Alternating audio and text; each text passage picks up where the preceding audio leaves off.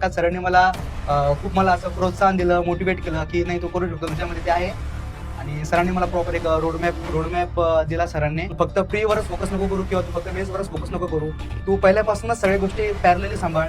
मग मी इंटरव्ह्यूची तयारी पण स्टार्टिंगपासून सगळी केली आहे. त्याचा कोणता सब्जेक्ट वीक नव्हता. रितेश पगारे आहेत, ज्यांचं RRB PO म्हणून सिलेक्शन झालेलं आहे आणि ते सिलेक्शन कर्नाटका ग्रामीण बँक येथे झालेलं आहे. दीड वर्ष MPSC केलं, पण MPSC मध्ये प्रॉपर म्हणजे सिलेबस नसतो, कॅलेंडर नसतं. बँकिंगमध्ये एक प्रॉपर सिलेबस असतो, कॅलेंडर असतं, एक्झाम टाइम होता. 2024च्या एंडिंगला मी संकल्पला जॉईन झालो होतो. माझी ऑनलाईन बॅच होती. सर मला म्हटले होते की तू डबक्यात राहून अभ्यास नको करू, तुला जर अभ्यास करायचा आहे तू समुद्रामध्ये ये, समुद्रात येऊन कॉम्पिटिशन बघ, कोणत्या कॉम्पिटिशन सोबत टॅकल करतोय.